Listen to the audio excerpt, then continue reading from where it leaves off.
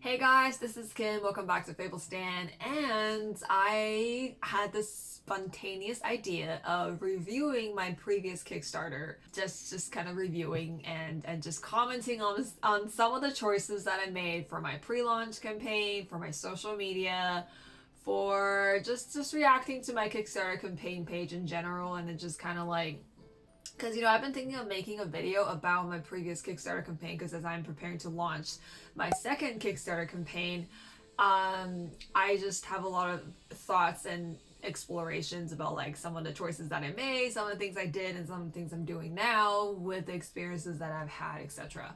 And also hope that by making this video you can kind of get behind the scenes with me if you have a creative project that you're launching soon, or you're working on a tarot deck or an oracle deck or a Letterman deck or something like that. Hopefully this could give you some ideas about like what to expect when you're launching, when you're trying to crowdfund your project, or some of the things you can look out for, etc.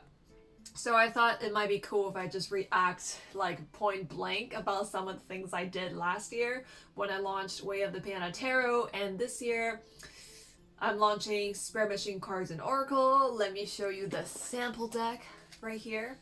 So this is the test deck, not the final thing yet. And this campaign is this deck is coming to Kickstarter on July 7th, 11 a.m. PST or 2 p.m. EST. So if you enjoy the decks I create, if you love what I do, if you're following my work, or if you're interested in getting a deck that helps you create different spreads on the fly, that also doubles as an oracle deck or journal prompts, or you can also use it as a tool for ritual setting, intentional setting, and lots of other stuff. So if you're interested in like a deck like that, so be sure to check out my Kickstarter campaign. But yeah, I'm not sure when I'm posting this. I'm probably posting this before I launch, but probably yeah. Anyway, so I'm going to be reacting to my Kickstarter journey that I undertook last year, and I will be showing you my screen. I think I'm recording my screen. Am I? Yeah, it's recording. So I'm gonna just like and then I'm just gonna react this like raw. I've never done a video like this before, so this is gonna be fun. All right, so I'm on my Instagram page. So Instagram is kind of like where I hang primarily, and this is where I post and promote a lot of the stuff. This is my recent stuff actually. I started to do like a grid. I know I think for a lot of creators, doing a grid on Instagram seems a little formulaic. You don't want to you don't want to strategize too much. At least that's how I felt before I really started this grid. But I think there is a balance between like strategizing your content, being more organized, and finding kind of like the main pillars of your brand and the main pillars of your content, and then just kind of arranging it in a visually pleasing way, in a way that makes sense, in a way that communicates to your audience that this is what you do, this is what you create. So I think there's like a sweet spot for that, if that's something that you've been thinking about. And then as you go down, you can see the grid kind of disappears, and I can tell you, like, after I started streamlining my content in a way that's authentic for me and organic for me, because what I love has always been just doodling and drawing and expressing myself through cute little things, or just cute things, or through the lens of tarot most of the time. And yeah, I just want to quickly comment on this, right? It's like, you notice you can tell I have a photograph doodle, or photograph, and then digital doodle, and it's like all tarot related. And anyway, I guess I won't go too deeply into that, but in case if it's something that you're struggling with your Instagram, there's an organic way of strategizing your content that's authentic and not like formulaic. It just takes a while to figure out, obviously, but it's definitely a worthy adventure. I was like making a lot of memes here. And alright, so I did a Panda Paw challenge. I think we're getting close. Oh yeah, so I think this is right after my, after the production night, and I got the deck. Oh, so this is the other deck that I was working on, but is kind of pausing right now. It's Lightheart and Shadowheart Tarot together. They're known as the One Heart Tarot Project. And it's a long story. And I don't think I can summarize it properly to make a long story short, but Okay, so here's what I did for at least promotion and creation and when it comes to like launching. Okay, so right before I launched Way of the Panda Tarot, I was launching my doodle course, level up core cards. So I've been doodling and I've been creating challenges. So I was kind of just caught up with that stuff. And then this is when I started posting. So Two of Swords, I posted Two of Swords. Oh my god, look at the photo quality. I literally took a picture like of the card just on my bed. Like that's my bedsheet that I got from Walmart. So it's not like some fancy bedsheet. It's a Walmart bedsheets, but it's cute and it was on sale and it's and I also got it from the children's section because that's where you get the pastels, guys. And then I got Eight of Swords. I posted Eight of Swords and I posted some other random stuff. The March Panda rollout. Oh yeah, and then every single week I did like a theme. Like the first week I did Fire Pandas or the Suit of Wands, and I try to communicate what is the essence of Suit of Wands that is within Way of the Panda Tarot. So I remember like every single week, like just a month before I launched, which was on April 4th, I just did like a thing every single week. Like the first week was Fire Pandas and then Air Pandas, Water Pandas, Earth Pandas, and every single week there's like a challenge and giveaway. And I'll also send a newsletter. And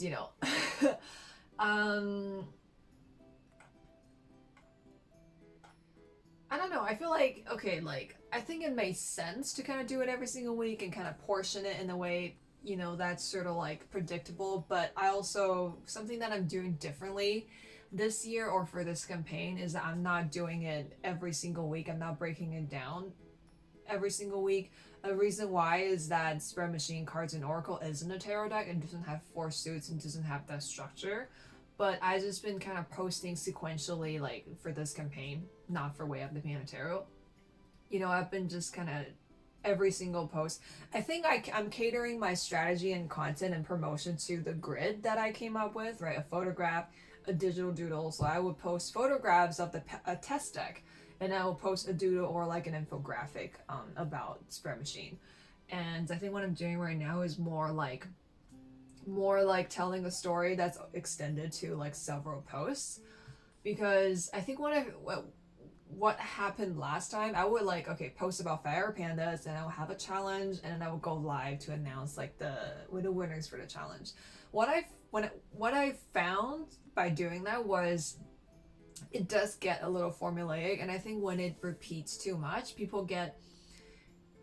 I kind of feel like not enough people were paying attention. Like not enough people were kind of like every single week they want to show up. I think like there's like a couple of people that definitely showed up to every single one of my lives, which was amazing. But I feel like when you have a set schedule,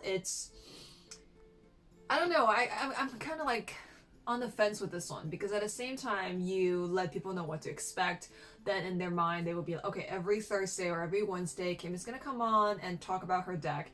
But I don't know, I feel like it didn't really work for me because not everyone has the time to tune into your live at the time, and they might just end up watching a replay. And to be honest, I don't think a lot of people watch the replay.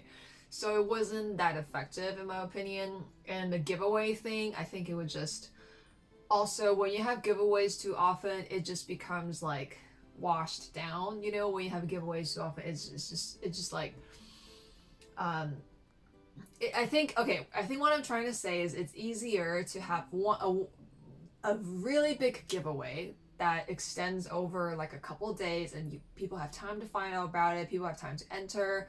Because I think what I did was I just did quick giveaways that would be posted on Wednesday, and then winners are announced on Thursday, and they're like smaller giveaways, and it was just, I didn't find that very effective just because not people were paying attention to it. And by the time they find out the contest is over, because it's literally a day, and not everyone has the time to be on the edge of their feet or to be on their toes just to be like, oh my god, every Wednesday I'm gonna camp, the giveaway is gonna come out and I'm going to just like enter the giveaway. So that wasn't a mindset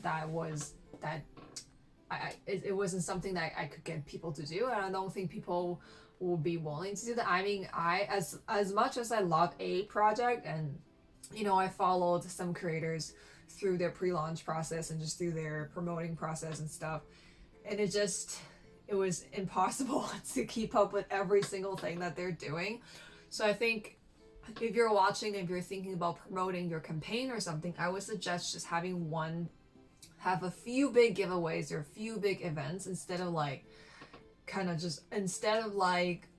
washing them down, or instead of like lessening the impact of the giveaway by breaking them down into smaller giveaways, because I find that wasn't super effective for me. So that's one thing.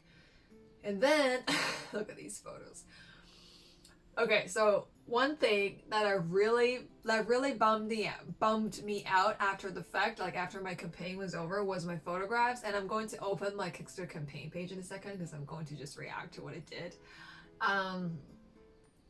Was like, I was just like really bummed out about the photo quality, because at the time I was taking pictures with an old cell phone, and that phone had pretty decent camera, but it was really old. It was getting laggy, camera software was getting kind of strange, so it wasn't the best photos I could take. I think after the campaign I finally upgraded my cell phone. It was so much better. It was such a professional blessing, because obviously I'm on Instagram a lot, and then just being able to take like decent photos was just a godsend. And a part of me kind of wished that I got the phone earlier, like just to kind of invest in a better camera at least, or just borrow a camera from someone.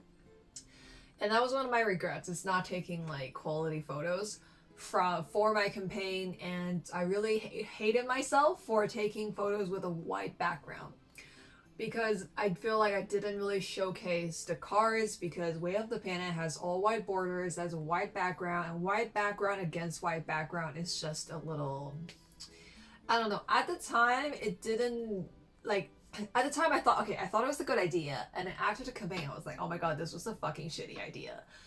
And now I'm actually revisiting this. I'm actually thinking that, you know what? Because I find myself, when I took pictures or spread machine, I actually found myself taking pictures against a white background anyway. But obviously spread machine shows up better because it's a fully colored background, and then it looks pretty good against white.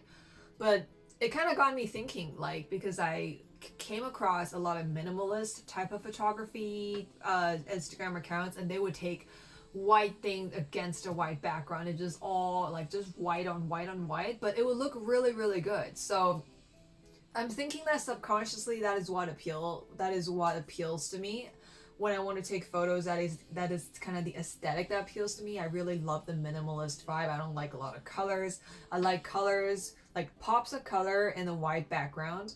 And so kind of just thinking back, I was like, okay, those photos maybe weren't as bad as I thought. Like, they weren't that bad. And I think I was just being perfectionist, and I just like wanted to beat myself up over something. So and you know, like when you, yeah, anyway, so that was kind of one of my regrets, but now I kind of understand it more. I kind of feel like, you know, I think that was the creative direction that I ended up taking, and I think it was driven by my subconscious sort of preference to minimalist type of photography. And I think now that I'm here with a better camera, with a better understanding of photography and taking pictures for decks and stuff, I really learned that how to make this kind of aesthetic work. I think at the time it was like I could have definitely staged it better. I could have, you know, added more color, maybe more props around to kind of really make the white background pop, or even against the white background, or even just kind of like really hone in and elevate that minimalist vibe. So I guess the takeaway here is, like, sometimes you think like one, I think, is to follow your creative instincts, because sometimes you would try to take photos that you think are good that other tarotgrammers are doing or tarot Instagrammers are doing, but you will end up feeling really frustrated because I think ultimately it's not your aesthetic. Like, I really tried taking photos against a texture background with wood or carpet, or maybe not carpet, like lush sort of like faux blanket or something, and then put crystals around it. But I always had a hard time doing that because it was just not my aesthetic, and I just wasn't creatively wired to create something like that. It wasn't organic for me, so that was like something that was very frustrating. But when I took the time to find my aesthetic and to kind of try to improve on something that I'm subconsciously drawn to or subconsciously want to create when I take photographs, like for example, like taking pictures against a white background and stuff, then that's really when the magic happens. So when you're taking photos for your Kickstarter, definitely pay attention to your photos. I would definitely tell you to kind of just spend more time with your photos, because tarot deck is so visual. I mean, there's obviously the content and the idea behind the deck and the world that's embodied by the deck, but first impressions do matter, and I think you want to present your vision and your tarot deck and the product in the best light possible, so that everything else is just like bonus upon bonus upon bonus, right? So anyway, so that's some photos. I definitely wish I did like better infographics and social media posts. Like, look at this. It wasn't that bad. Like, it wasn't like terrible, but you know, like looking back at it now, I just feel like I've grown a lot.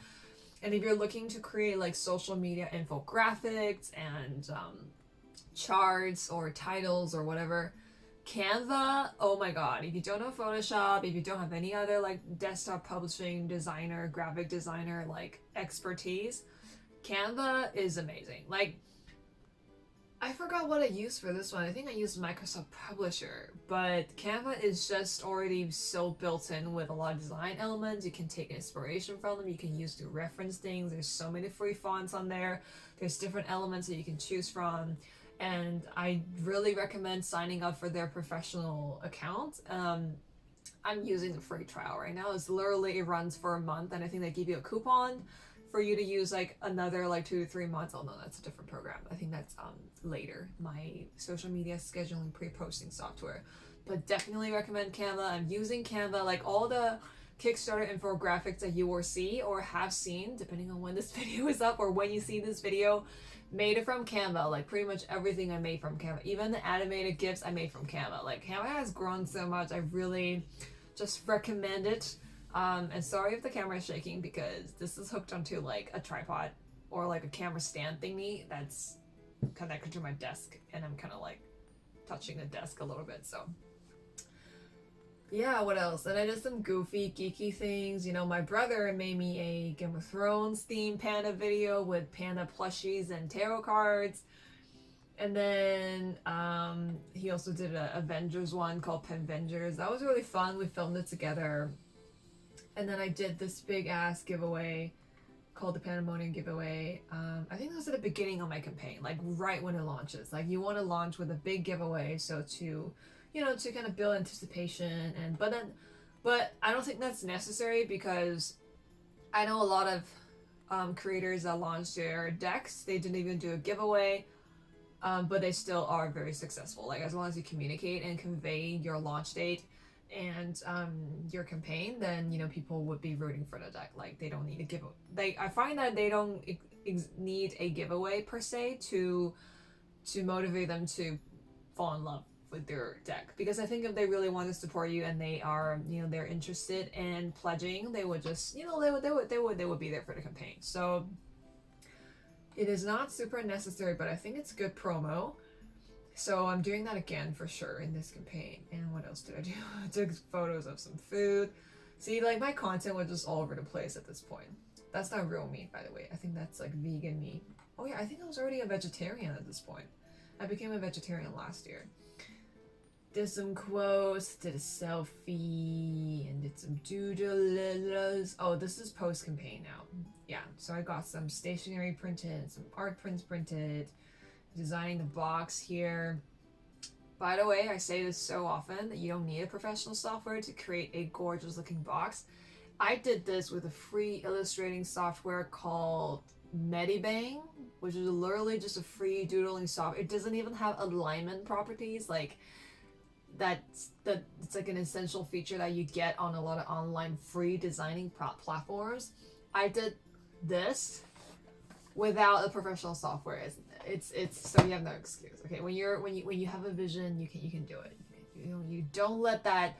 What I'm trying to say is, don't let that stop you, right? Don't let that stop you from manifesting your creative vision, because you're more competent than you think, right? You're more resourceful than you think, or maybe you already know that, then that's awesome.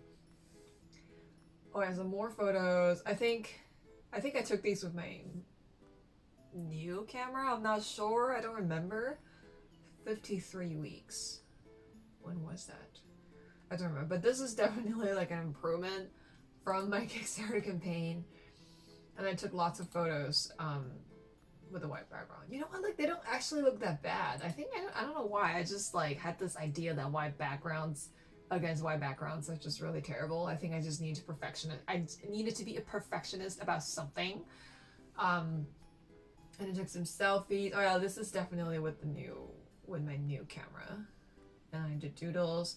That was when I announced I'm working on another deck, but then now it's on pause because I need more time to explore into the themes, because it's actually a 2-deck project, so you know. And it's with my original art. I definitely want to like hone my art skills a little more, because digital drawing is still relatively new to me. I've been doing it for 2 to 3 years, but casually. So yeah, and then I started, this is when I started taking pictures with some backgrounds, because I just couldn't find a background that I really enjoy other than the white background that is my desk that I got from IKEA. So I actually went to the dollar store and got like those canvas boards and painted it with acrylic paint, and that was really fun because it just has this really nice watercolor effect, has this canvasy texture feel. So oh my god, so I try to incorporate some props. Yeah, those leaves look like dead ass plastic, so I threw them away. But they were $2, so it's not that bad. Oh yeah, this is for my new deck, or the deck that I was working on that is on pause right now. It's a temperance card. I think I already revamped it like this. It looks different. It looks totally different now. Ooh, here's when my photography game started leveling up, right? This is when I actually found my photography angle. I actually really love putting figurines and prop it up and make it look more 3D instead of like the typical overhead photo that you see that a lot of tarot do. And I definitely love this one. I like things like that are really up close. It's like a little stage. It's almost like you walk in it's like a storybook feel. I really love that. This is when all the decks came. That was insane. It was an insane day. I hauled those boxes in all by myself, just on pure adrenaline. I wasn't paying the next day because it was just too much on my back and everything, but oh my god. Oh, and I try to launch a page. Okay, anyway, so this is not part of the Kickstarter campaign anymore. I think I'm gonna look at my other Kickstarter. I think I'm gonna do a video where I go through my Kickstarter campaign page for Way of the Planetary and just review it and comment and just kind of like see what insights I can gather from that. But so this is just my Instagram page, and this is just kind of what I've been doing to promote my campaign on my Instagram. It definitely helps when you have like an audience. Like if you're creating a deck right now, you should definitely start an account for that. And even if you don't have a physical product or a test deck, there's still ways and resources for you to use to kind of present your deck and kind of get the word out there. And yeah, that was fun.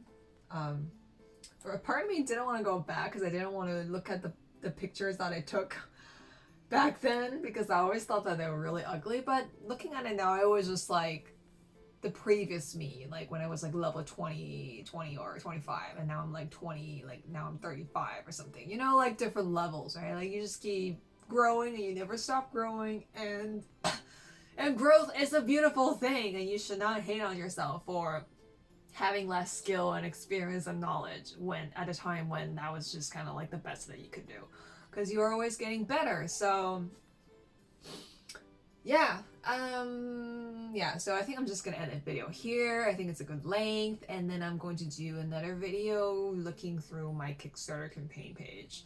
And yeah, let me know if you have any questions, or if you have similar experiences or thoughts when it comes to being an Instagrammer, a tarot Instagrammer on Instagram, a content creator on Instagram, or you have like similar struggles with launching a Kickstarter campaign or whatever.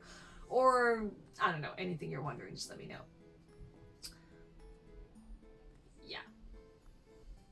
I'll see you next time in the next video.